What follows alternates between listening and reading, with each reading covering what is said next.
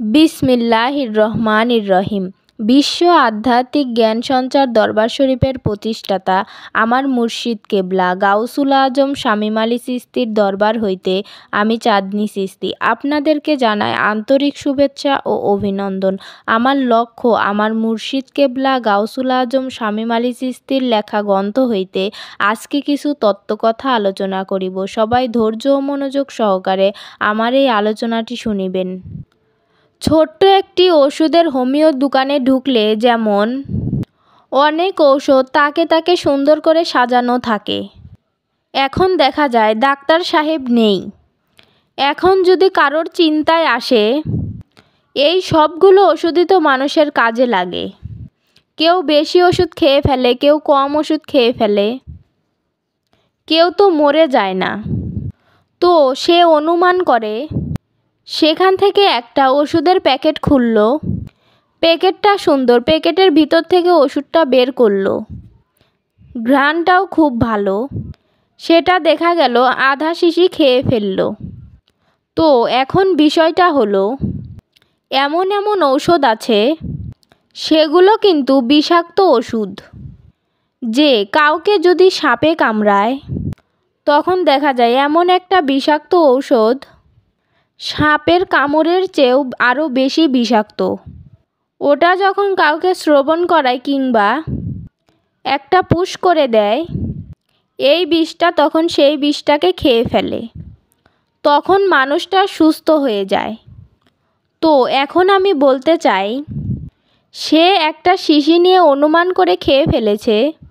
Doctor তো নেই, কখন আসে, ওখানেই চিটপাটাং করে পড়ে মরে গেল। তাই বলতে চাই, কোরআনের আয়াত তো সবই ভালো। কিছু কিছু আয়াত আছে, যে আয়াত বিষের মতো, যেখানে যে আয়াত যে অর্থ তা করতে হবে, আর না হয় রিয়াকশন করবে।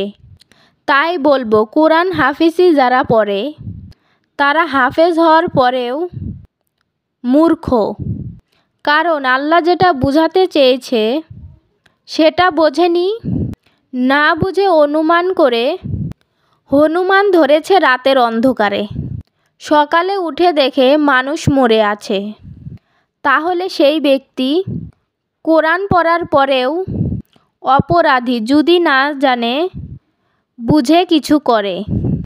হে সমস্ত জগতবাসী, যে মুসলমানের বাহাদুরি কিসের?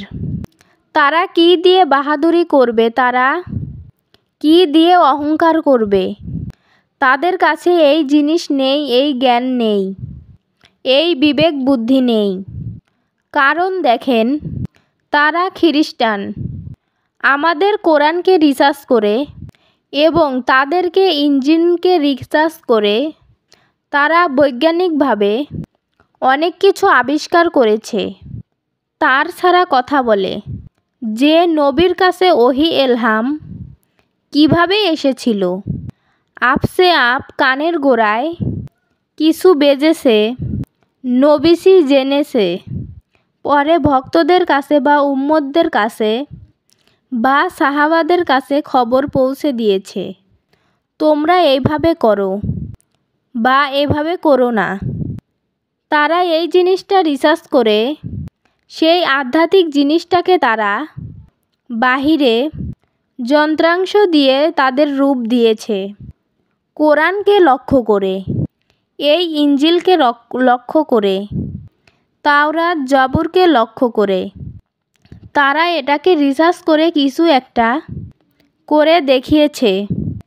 হে বাঙালি মুসলমান, পাকিস্তানের মুসলমান, ভারতের মুসলমান, তোমরা কি এমন কিছু করে দেখাতে পেরেছ?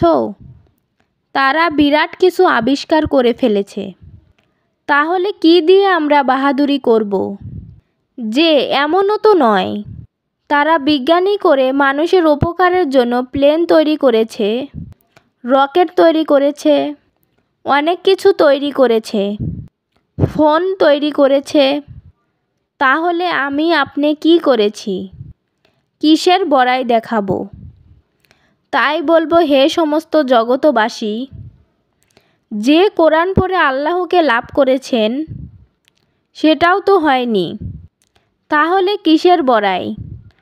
আসলে মুসলমান ফুটফাট বলে না, উপর দিয়ে ফিটফাট নিচে দিয়ে সদরঘাট, ফুটুরফাট চলছে দুনিয়া। কিন্তু এই আরবি পড়বে, এক অক্ষর পড়লে 10 নেকি, 10 অক্ষর পড়লে 100 নেকি। এসব বাবা সবই বাকি, বাকির আরেক নাম হলো ফাঁকি। তাই বলবো, প্রকাশ্যে যা কিছু করবে এবং আধ্যাত্মিকভাবে যা কিছু করবে, বাহ্যিকভাবে এটার ফলাফল দেখতে হবে।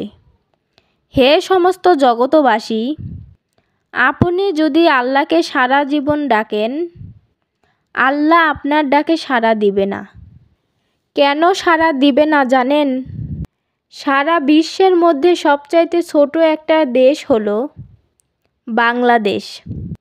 এই বাংলাদেশের মধ্যে একটা প্রধানমন্ত্রী, সেও কিন্তু অন্য রাষ্ট্রের অনুসারে সে ছোট একটা প্রধানমন্ত্রী। আপনি আমি গ্রামে বিভিন্ন কাজ করি, ফার্ম করি বা কৃষক কাজ করি। হঠাৎ করে যদি এখন আমাদের দেশে গ্যাসের প্রয়োজন হয় বা কারেন্টের প্রয়োজন হয়, আমাদের গ্রামে যখন কারেন্টের প্রয়োজন হবে, কোদাল দুটি এনে বাড়িতে রেখে চলো প্রধানমন্ত্রীর কাছে যাই, গিয়ে আমাদের গ্রামে কারেন্ট লাগবে, সেটা বলবো তো কারেন্ট দিয়ে দিবে। দেখেন, এগুলো যেরকম বোকা, তেমনি সরাসরি যারা এই পৃথিবীতে আল্লাহর ইবাদত করে, আল্লাহকে সরাসরি চাইছে, তারা কিন্তু পাবে না। আর এমন কোনো প্রমাণ নেই। তবে আল্লাহ কি বলেছে? আমি নবীদের যুগে নবীদেরকে প্রেরণ করেছি, আমি বর্তমান বেলায়েতের যুগে মুর্শিদকে প্রেরণ করেছি, ওলি আউলিয়াদের প্রেরণ করেছি। তোমরা জায়গায় জায়গায় আমার অলিদেরকে দেখতে পাবে, আমাদের মুর্শিদদেরকে দেখতে পাবে। সেখানে গিয়ে তোমরা লিঙ্ক করো, আর সেই লিঙ্ক যদি তোমরা তার সাথে করো এবং তিনি যদি কামেল হয়, তাহলে তোমরা নির্ভয়ে তার কাছে তোমরা যা কিছু বলবে, তার সাথে আমি আল্লাহর লিঙ্ক আছি, তখন সমস্ত কথা আমার কাছে পৌঁছবে। তখন আমি তোমাদেরকে সেটা সমাধান করে থাকি।